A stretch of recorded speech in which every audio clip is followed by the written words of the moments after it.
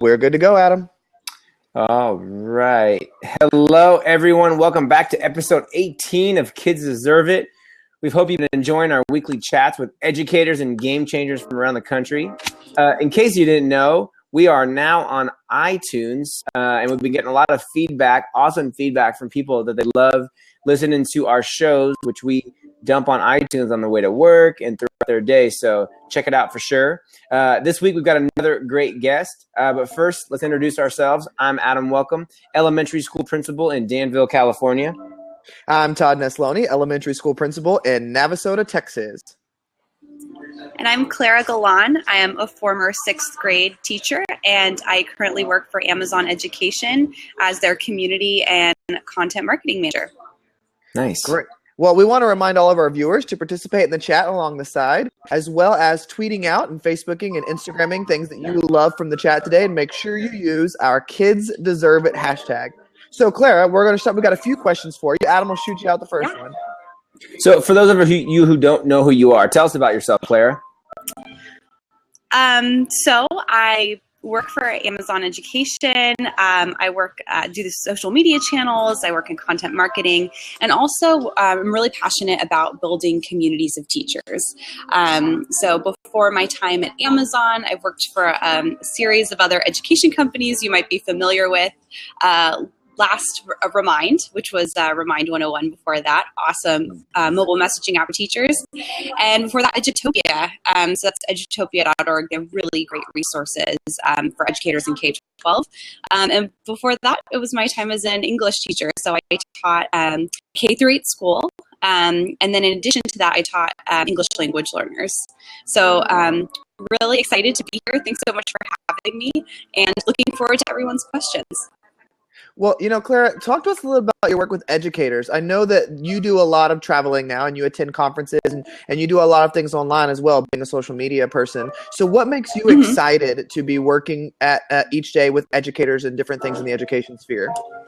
Yeah, definitely. So I think as a former teacher myself, I know the challenges of professional development in the classroom. When I was teaching, I didn't have a ton of opportunities to go observe other teachers and learn new strategies and learn new tools.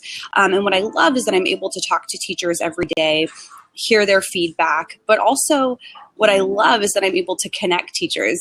And I know that's kind of, you guys met last year at, it was NAESP, right? But I know you've both done a lot of work with Remind, and thus Kids Deserve It came out of that. So I'm really excited to be a part of that, and be able to connect teachers to hopefully improve their teaching practice. Very nice.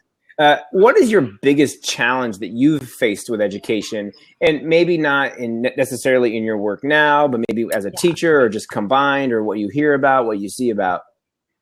Yeah, wow, it's a really broad question. But the thing that first comes to top of mind is I've been on both sides, obviously, so in the classroom and then on the ed tech side. And I think a lot of people are building ed tech tools now for teachers in the classroom, and there's a disconnect. I think developers might have this really great idea, but then they don't sit and listen to teacher feedback. They don't take the time to go in the classroom and really make sure that they're building a tool to really meeting teachers' needs. And so I know there are many organizations, like EdSurge is one example, that makes that bridge a little bit easier. But in all of my work and all the organizations and companies I've worked for, I've made that a number one priority.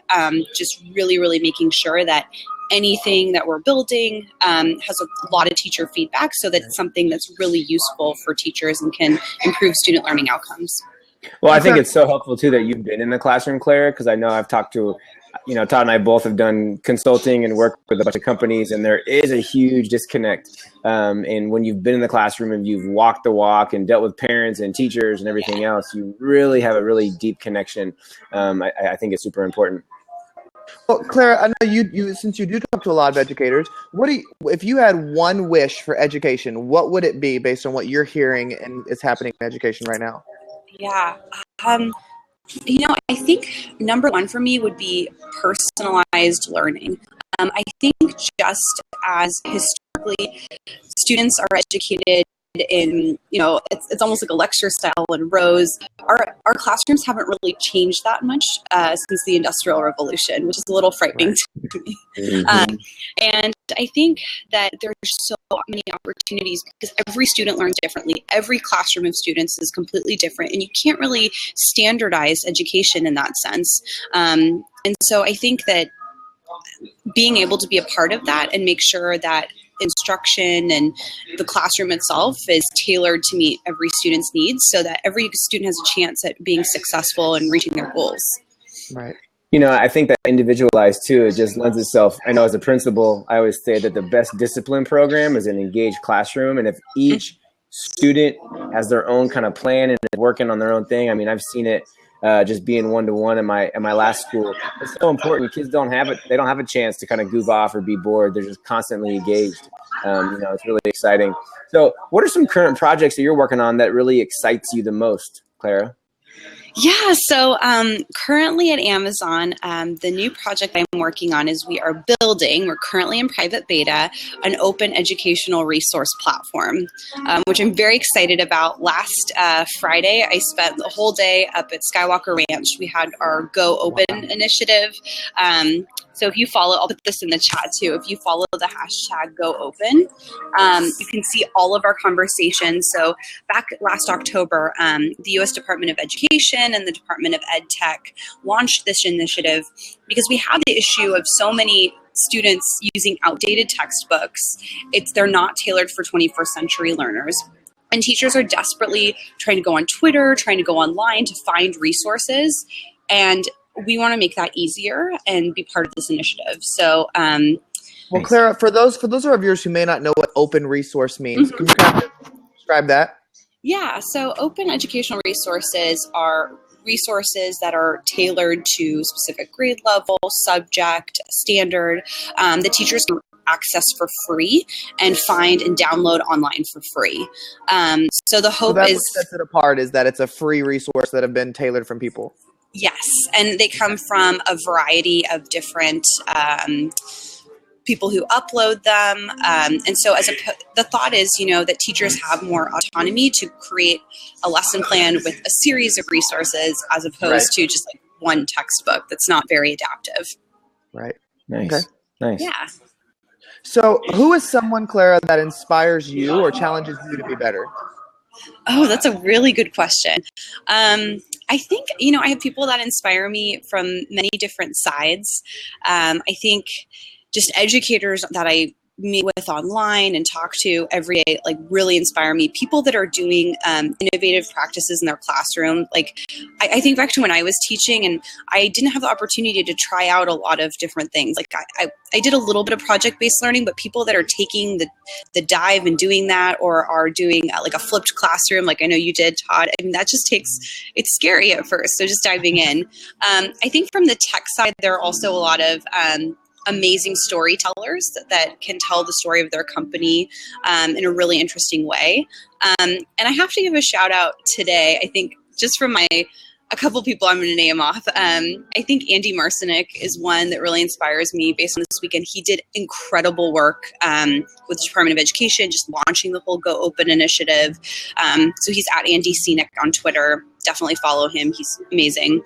And then two people that really inspired me this weekend. I was just at Ed Camp Silicon Valley on Saturday and spent a lot of time with Christina Peters and Kristen Swanson, who are both just like hearing their stories and what they're working on is just incredible. So I encourage you to follow them too. They have amazing resources and are really dedicated to their projects.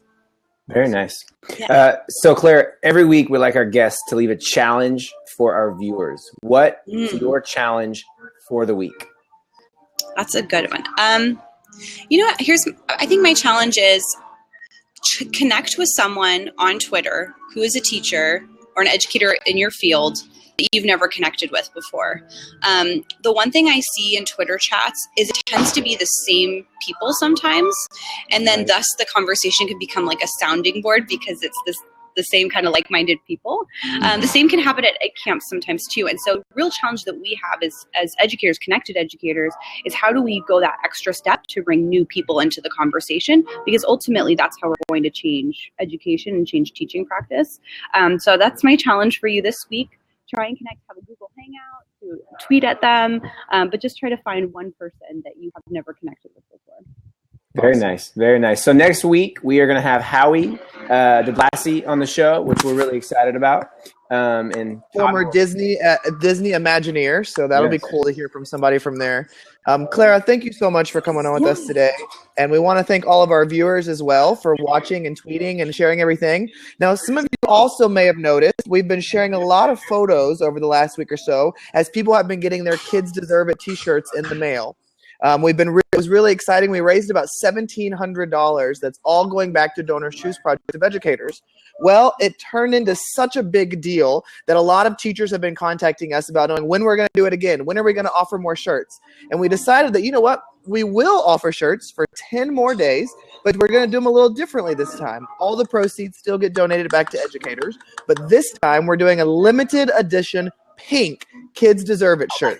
So if you go to our website and check out our blog, we have links to where you can get these will not be for sale, but maybe once a year, if that. So you can check out, and for the next 10 days, get your pink Kids Deserve It shirt. Or we had a lot of people who wanted to buy hoodies last time, but didn't want a white hoodie because of fear of being an elementary teacher and getting it dirty.